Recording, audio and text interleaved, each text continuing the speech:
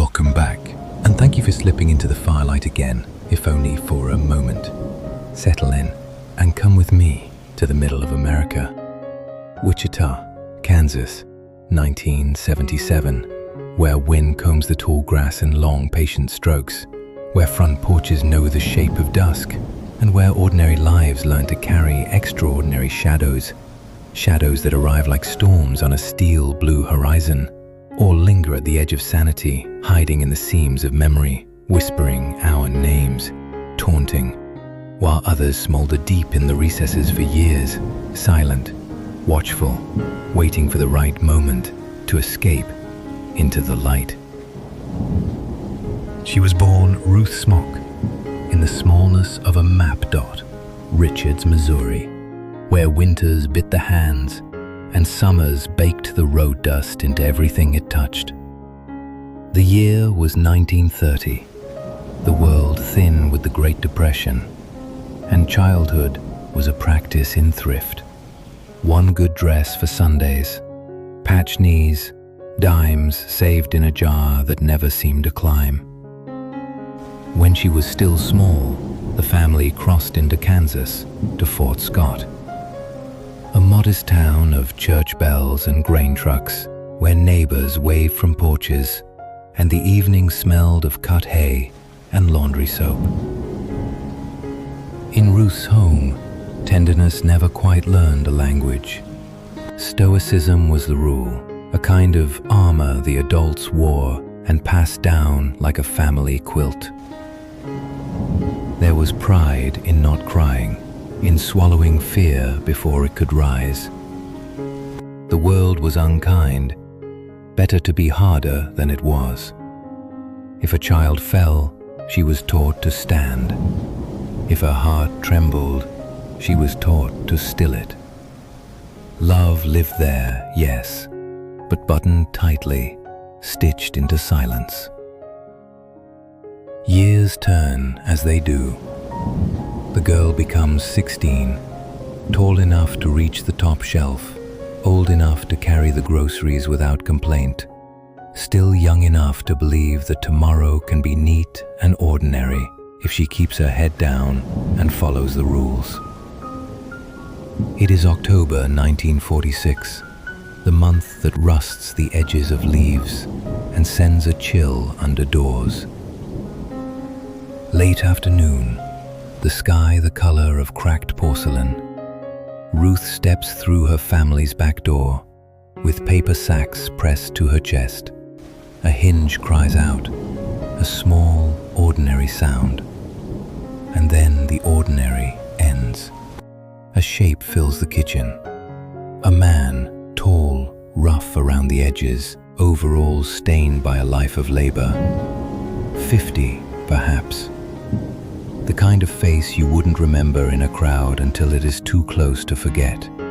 Instinct rises first, the animal knowing. She thrusts her thumbs forward, a desperate strike at the eyes, the body teaching itself how not to vanish.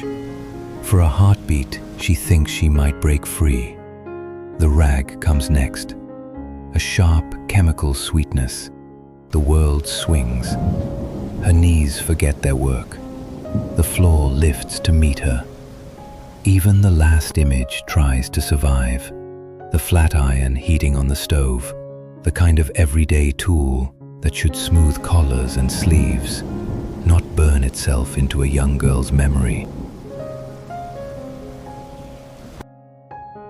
Ruth wakes to pain arranged like the clatter of dropped cutlery, sharp, scattered, senseless. First-degree burns lace both thighs in raw crescents. Scratches score her face, her arms, her legs, the language of a knife written in short, feverish lines. She gathers herself like scattered pages. At 16, the mind learns a grim arithmetic. What remains, what is lost, and what must be hidden to keep the rest of life intact. No one is arrested. The man with the overalls dissolves back into the sea of working faces, and if anyone speaks of it, they do so in low rooms with doors closed. In Ruth's home, tears still have no permission. Survival is a quiet craft. Box the pain, label it later. Slide it to the dark shelf at the back of yourself. keep moving, set the table, go to school, do the chores, smile for the neighbor who means well and says the wrong thing. Years make a bridge.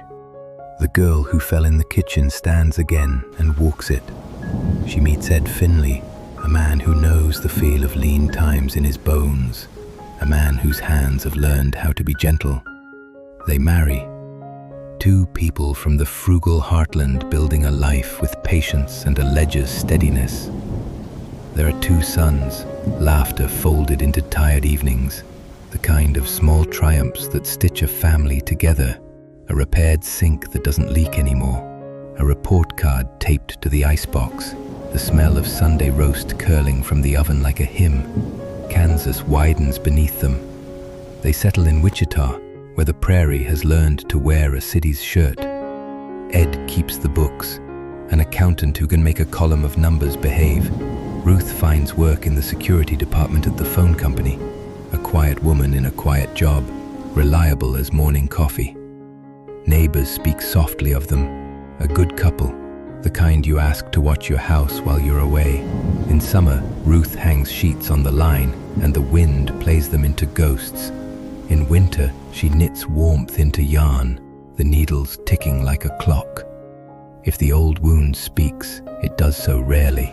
In whispers she learns not to hear. The heart is a house that can appear neat from the road, while the attic door judders in the night. She grows skilled at ordinary things, the balancing of checkbooks and grocery lists, the choreography of a life that no one would think to fear. And then it is 1977. The boys are grown and gone. A hush collects in the rooms. The good kind, the bitter kind, both. A summer heat moves through Wichita, the kind that presses against old shingles and makes the afternoons shimmer. Ed works the yard and feels his chest go strange, a stutter in the rhythm that has always kept him upright.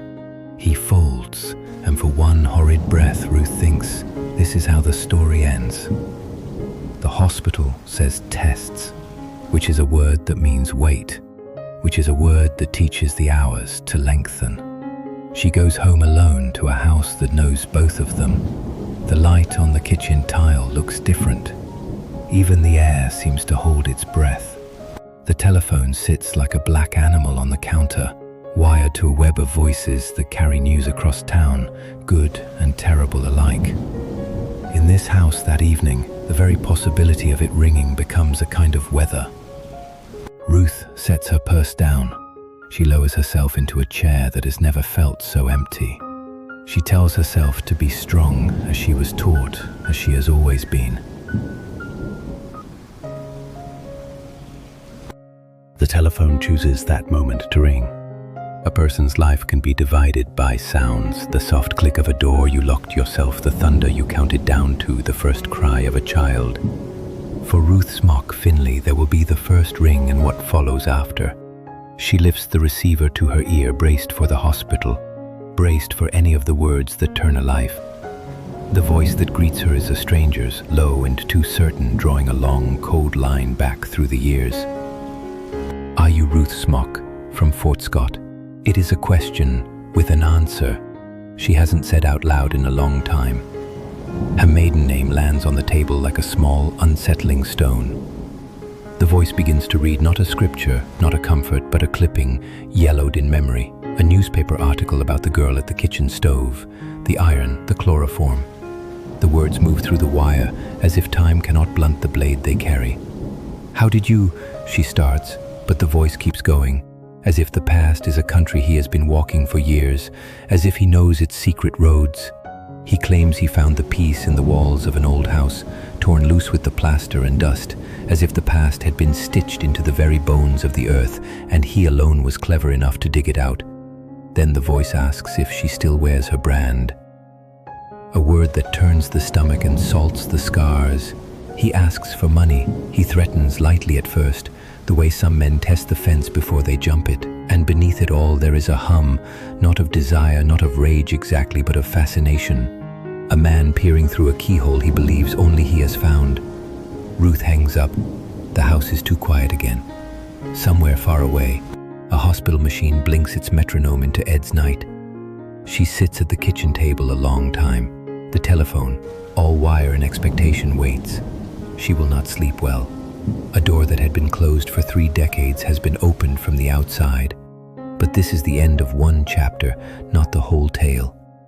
The girl who learned to swallow her fear will have to teach herself something else now, how to run toward help, how to say, "Please come," how to tell the truth when it is heavy as a winter quilt.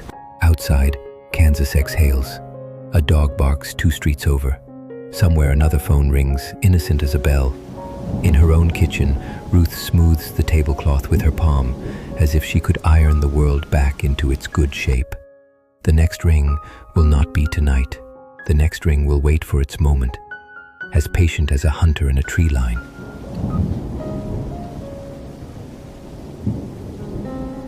The weeks pass. Ed returns from the hospital, shaken but still whole. Doctors say it was not his heart, not the final curtain, only a complication from a car accident the year before. Ruth breathes again. They try to fold themselves back into the rhythm of their quiet lives. Morning coffee, familiar sidewalks, the soft thud of the newspaper against the porch each dawn. But silence has been bruised. Ruth listens differently now. Every ring of the telephone is a coin flip. Relief or dread, mercy or malice. At first the calls come sparingly, like footsteps heard down a long hallway. The same male voice, roughened by cigarettes or age, threats her past to her present with cruel precision. He reads to her from that decades-old article, as though words on yellowed paper are scripture, and he the preacher. He knows too much, and what he doesn't know, he invents with authority. Each time Ruth hangs up, she feels she has severed a rope that will only be tied again. When the letters begin, they come like bad weather in the postman's bag. An envelope, scrawled in a hand so clumsy it feels deliberate, contains the same clipping from the Fort Scott Tribune, the attack that defined her 16th year, sent back to her like a ghost with ink for blood. She tears it to pieces, feeds them to the trash bin, but what is destroyed on paper remains intact in her mind. She doesn't tell Ed, not yet. Some fears are too heavy to hand over to the ones we love. She wears them herself, stitching them under her blouse like hidden weights. Still, the stranger presses closer. On a hot August day in 1977, Ruth walks the storefronts of downtown Wichita. The glass windows reflect mannequins in summer dresses, salesmen in short sleeves. Shoppers drift in and out, the hum of a city carrying on. And then, a man falls into step beside her. Average height, lean frame, late 40s, black hair silvered at the temples. His voice is plain at first, almost casual. He knows where she works. He compliments her efforts, tells her she's doing a fine job, that she could even take the weekend off. But beneath the words lies a current, something wrong, something coiled. When she doesn't answer, he changes. He speaks of souls reflected in cameras, of fantasies and nightmares sharing the same bed. He tells her he likes her face. The crowd thins. The air grows colder though the sun still blazes. Ruth does not run. She does not argue. She simply says she is waiting for her husband. It is a lifeline, a tether back to the safety of his presence. Eventually, the man fades into the crowd, but his absence feels heavier than his presence did. Ruth finds Ed, tells him about the encounter.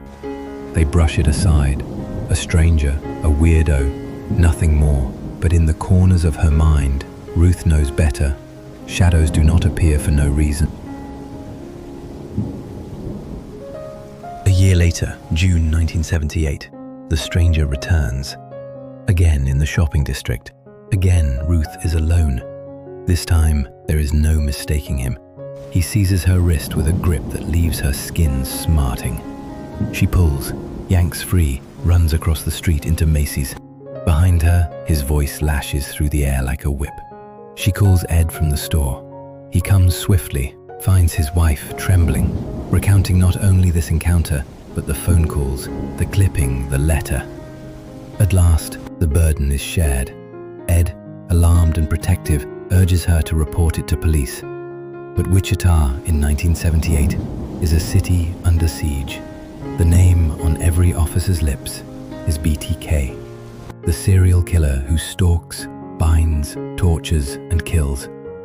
His letters too arrive in mailboxes. His taunts bleed into headlines.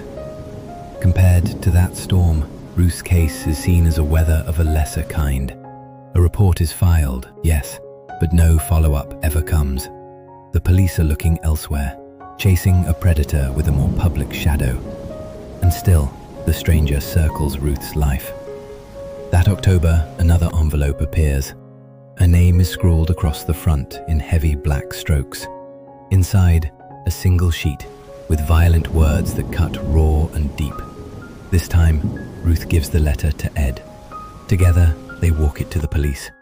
Together, they sit in the pale light of the Criminal Investigation Division, across from Lieutenant Bernie Jarnicki, a veteran detective who, though buried in the BTK case, senses a resonance worth exploring.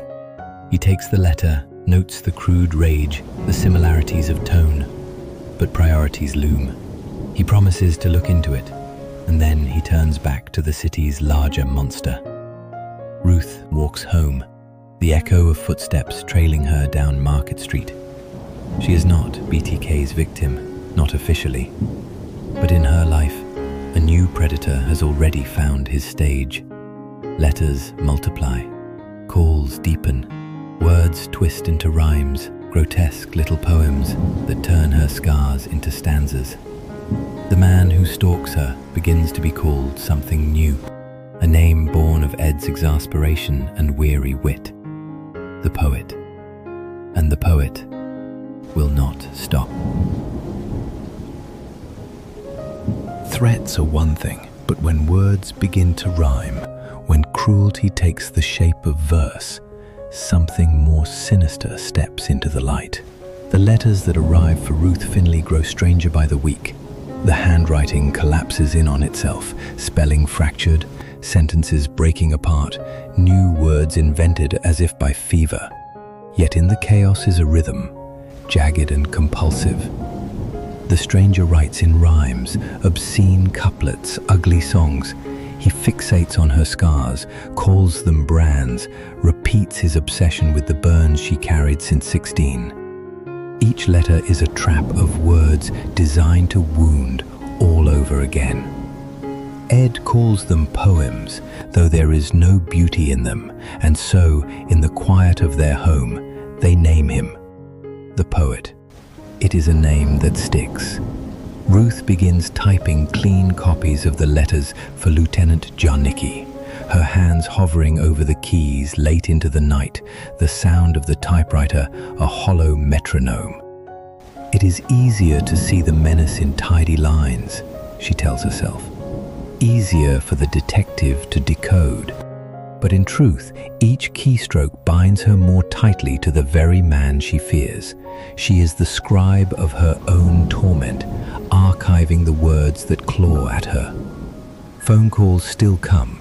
Sometimes Ed answers and hears nothing but silence, a breath, then the hollow click of disconnection.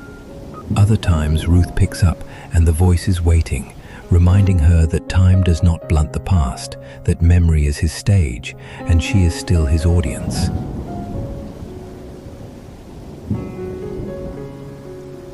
Then, one November afternoon in 1978, dread moves from paper and wire to flesh. Ruth steps out of a card shop during her lunch break, the November air sharp against her cheeks. She carries her purchases, modest things, across Market Street. A car rolls up beside her, its paint dulled to a blue-green bruise, a Chevrolet Bel Air worn by years. Before she can step aside, the door opens. A familiar man, the one from the sidewalks, the one whose hand once clamped her wrist, blocks her path. He asks if she has brought the money, and then, Without pause, he kicks her sharply in the shin, shoves her hard into the car. Another man waits at the wheel, a bottle in a paper bag tipped casually in his hand. The back seat is chaos, chains, scraps of concrete, a gas can, rags, no working door handle. A window patched with plastic. Ruth feels the air thin in her chest. This, she knows, is not a robbery. This is a cage. Her purse is stripped from her safe deposit key taken, her detective's business card discovered, which enrages the man beside her. He lifts a chunk of concrete and slams it into her head. Light explodes. The world flickers, fades. She drifts in and out, her body refusing to stay anchored. For 4 hours, the men drive her aimlessly through Wichita, talking of repairs and errands, but lacing their chatter with darker plans, where they might dispose of her, how to erase what she has seen. Ruth listens, dazed, her mind clawing for any detail. A street name, a turn, the angle of the sun through the broken plastic. Desperation sharpens her. She remembers the can of mace hidden in her purse, waits, listens, then feigns weakness, nausea. She begs to be let out, says she cannot hold her bladder, that she will be sick in their car. The driver curses but pulls into a park on 21st Street. Shoes and sweater stripped from her to slow escape. She is marched down into the grass, her arm gripped, her heart banging a frantic drum. And then, in a single desperate motion, she pulls the mace from her bag and sprays it into her captor's eyes. His scream tears the evening. Ruth runs. Through the park, stumbling, ducking behind bushes, her lungs ragged, her legs raw. She crouches, still, while voices prowl the dark. Calling her name, warning she will freeze, promising mercy if she returns. She does not move. She stays silent, crouched, low, until the voices recede and the car is gone. When at last the silence feels real, she rises and runs barefoot to a liquor store. The owner, startled at the sight of her, calls the police, then Ed. He arrives pale and frantic, his wife delivered back from what felt like the edge of the grave. Detectives, already burdened with the shadow of BTK, consider the possibility. Is Ruth's tormentor the same man? The similarities in letters, in threats. But there is one difference, too sharp to ignore. BTK breaks into homes. He stalks and kills in silence, in bedrooms, in closets.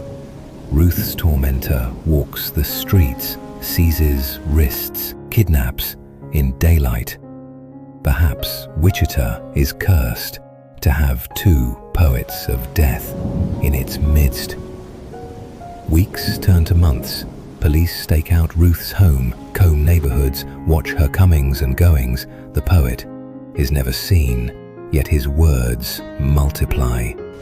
The poems drip into the mailbox, into her workplace, into her very life. They grow stranger, more violent, more obscene. He sends them not only to her, but to businesses across town. A florist told to deliver black flowers to her home. A utility company urged to cut her power. The health department warned she spreads disease. The bank instructed to seize her account. Even the morgue receives a message grimly predicting her imminent need of their services. Ruth is hemmed in by words, letters like traps scattered across her life. Each day she wakes to wonder who will speak for the poet next. Ed stands guard. Some nights he sits in the yard with a shotgun, waiting for a figure that never comes. Other nights he holds Ruth's hand while she cries in silence, her body trembling with headaches and cramps that doctors say are stress, but Ruth knows are something deeper. By the summer of 1979, it seems to stop. The letters dry up, the phone grows quiet. Silence returns to the Finley home, though it is the brittle kind, the kind that might shatter at a touch.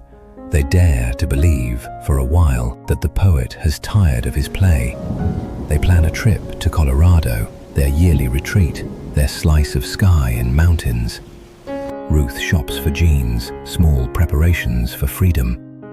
She carries hope with her into the dusk of a Wichita evening as the sun folds low over the horizon, but shadows wait at every bend, and the poet is not done speaking.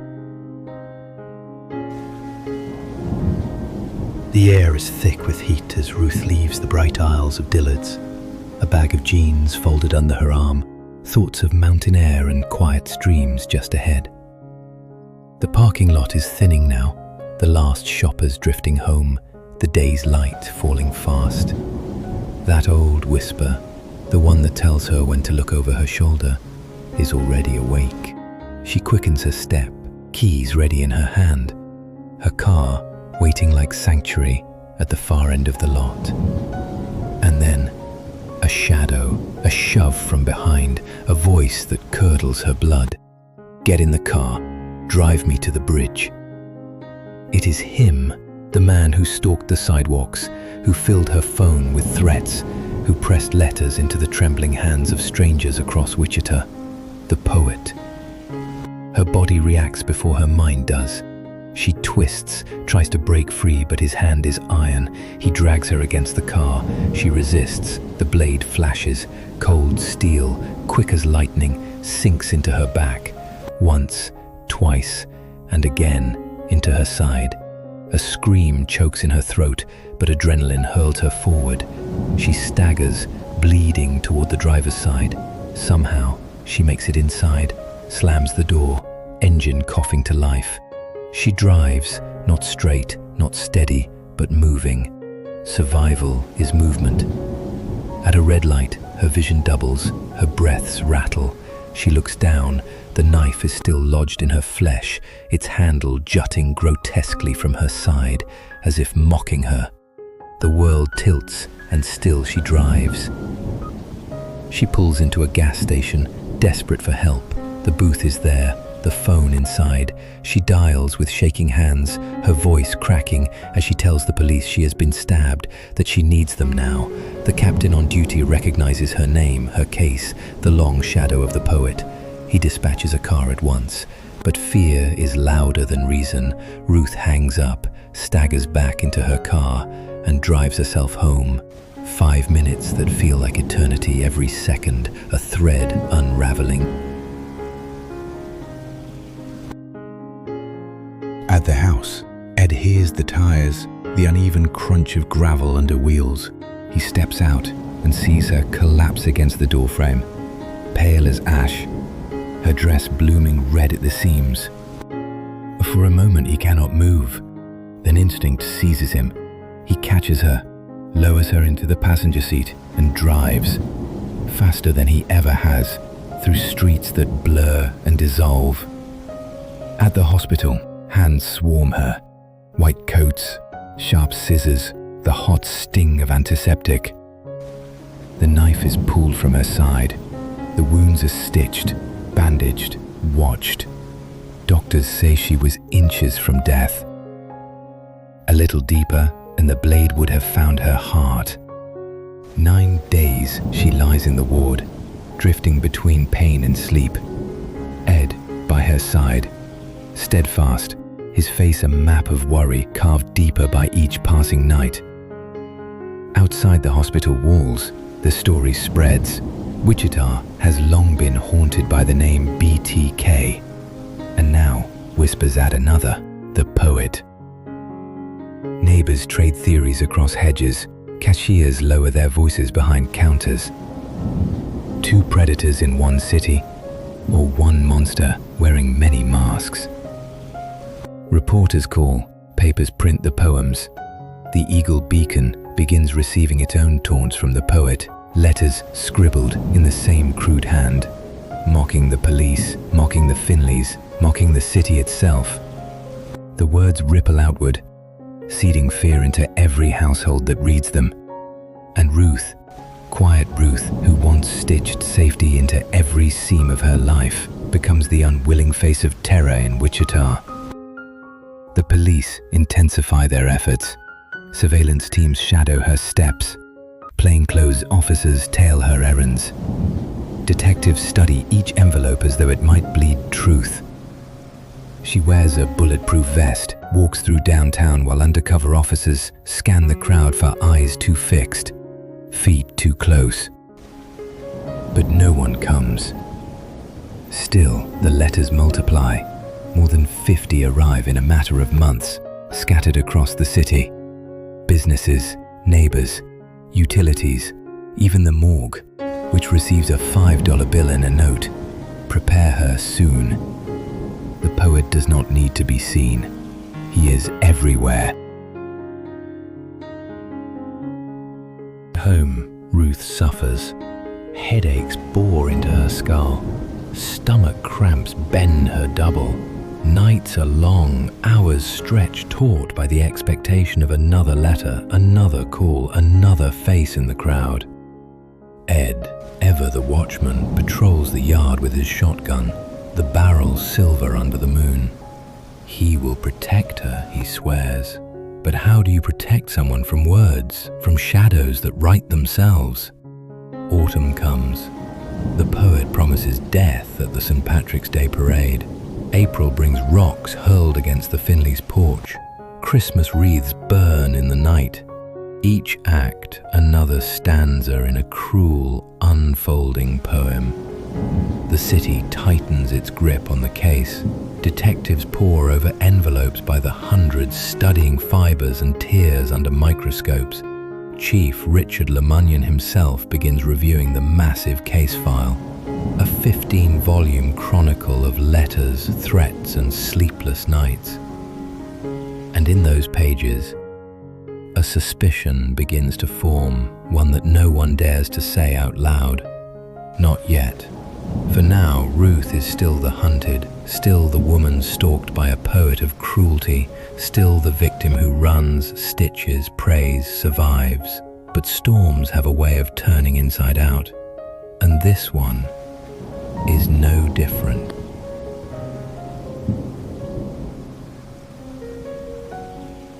By 1981, the poet's voice has thundered across Wichita for years.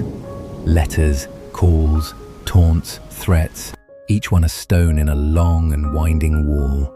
The city has learned to shudder at his name. Ruth and Ed have lived as prisoners in their own home, the walls lined not with comfort, but with dread. The police file has swollen to 15 volumes, heavy as stone. Chief Richard Lemunyon takes it home one weekend, thousands of pages of fear and rhyme, photographs of trembling hands holding trembling letters. He reads late into the night, his mind circling questions no one has wanted to ask. Why has no one ever seen the poet? Not a neighbor, not a passing stranger, not even during broad daylight. Why do his letters pause whenever Ruth and Ed leave town, only to resume the moment they return? Why does the poet know things no one else could? The detective's name, the shifting command, the smallest changes in the case file. The answers pool like water around his feet until he can no longer ignore them. On September 11th, 1981, he calls a meeting of 16 officers. The conclusion, spoken aloud for the first time, feels like a betrayal even to the walls of the room. The poet may not exist at all, or rather he may exist inside Ruth herself.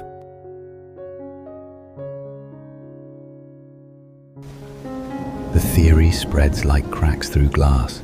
The evidence is heavy, damning. Footprints at the park where she claimed abduction, only hers. Bruises that do not match her stories, calls that never trace beyond her circle. Letters that stop when cameras are installed, then reappear when no one is looking. And the letters themselves, discovered in mailboxes moments after Ruth herself placed envelopes inside. Surveillance is ordered. Unmarked cars tail Ruth and Ed to the post office. They watch her slip envelopes through the slot. When the inspector retrieves them minutes later, 4 letters sit on top. 2 household bills, 1 personal note, and 1 addressed in the crude scrawl of the poet. The handwriting matches, the paper matches, the pattern is too precise. Detectives search Ruth's office at the phone company. There, among ordinary papers, They find the fragments, scraps of poetry, torn drafts in the same erratic hand. A red bandana, one of the poet's recurring tokens, folded with tissues, carbon paper still wet with his words.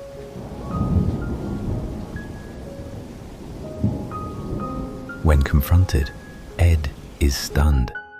He insists on a polygraph, passes without a flinch. His loyalty to Ruth does not waver, even as his world tips sideways. And Ruth? At first, she denies, her eyes wide, her voice shaking. But then, memory begins to fray, and through the tatters something strange emerges. She recalls, vaguely, dimly, sitting in her basement, writing a letter, though she cannot say when or why. She recalls, perhaps, placing items where they might be found, but the recollections are broken, jagged, like shards of glass in the grass. At last she whispers the words, "Yes, I think I wrote them. I think it was me." She confesses to leaving knives in phone booths, to scattering feces and trash across her own porch, to crafting crude bombs from gasoline and cloth. She even admits that the supposed abduction, the hours in the Chevrolet, the two men, the mace and the escape, may have been an illusion. That day, she says, she took a bus instead, left her own belongings by the river as props in a performance she herself did not fully understand. And yet, as she speaks, her confusion is evident. She does not sound like a schemer, not like a trickster. She sounds like a woman speaking through a fog, piecing together fragments she does not fully own. Psychiatrists are called. They listen, they prod, they search the shadowed rooms of her mind. And slowly, a picture emerges. When Ruth was a child, she suffered abuse, dark, unspoken, stitched deep into silence. A neighbor, a family friend, a barn, and a red bandana. Her young mind, unequipped to hold the weight of terror, fractured itself. It created distance, an elsewhere to retreat to, so that the little girl could float above, watching her own pain as though it belonged to someone else. Dissociation, they call it, the mind's most desperate tool for survival. Decades later, that fracture still lingered. The stress of Ed's illness, the ghosts of her past, the loneliness of an empty nest, all of it stirred the shadows awake. The poet was born not from malice, but from the echo of old wounds. Not a stranger with dirty overalls or a stranger on a sidewalk, but the part of Ruth that had learned long ago to terrorize itself in order to survive. Charges are never filed. The cost to the city is staggering. Hundreds of thousands of dollars, years of investigation, but in the end, compassion outweighs punishment. Ruth is placed under psychiatric care, her days filled with therapy, her nights with long talks beside Ed, who never leaves her side. And in time, she begins to heal. Ruth Finley would later tell her story on national television, her voice calm, her eyes steady. She admitted what she could, doubted what she must, but always carried the weight of survival. She said she had created the poet to protect herself, to give shape to the shadows that had always haunted her. It was not something she remembered choosing. It was something her mind chose for her. She lived for decades beyond those dark years. She knitted scarves for soldiers, transcribed books into Braille for strangers she would never meet. She found her way back into community, back into the quiet dignity of ordinary days. Ruth Finley died in 2019 at the age of 89. In her obituary, the words were simple. She loved her family, her craft, her music. No mention of the poet, no mention of the storm she carried inside her. And perhaps that is fitting, for Ruth's life was never meant to be a headline or a case file. It was the story of a girl who endured, a woman who survived, a soul who stumbled into shadow and still found her way back to light.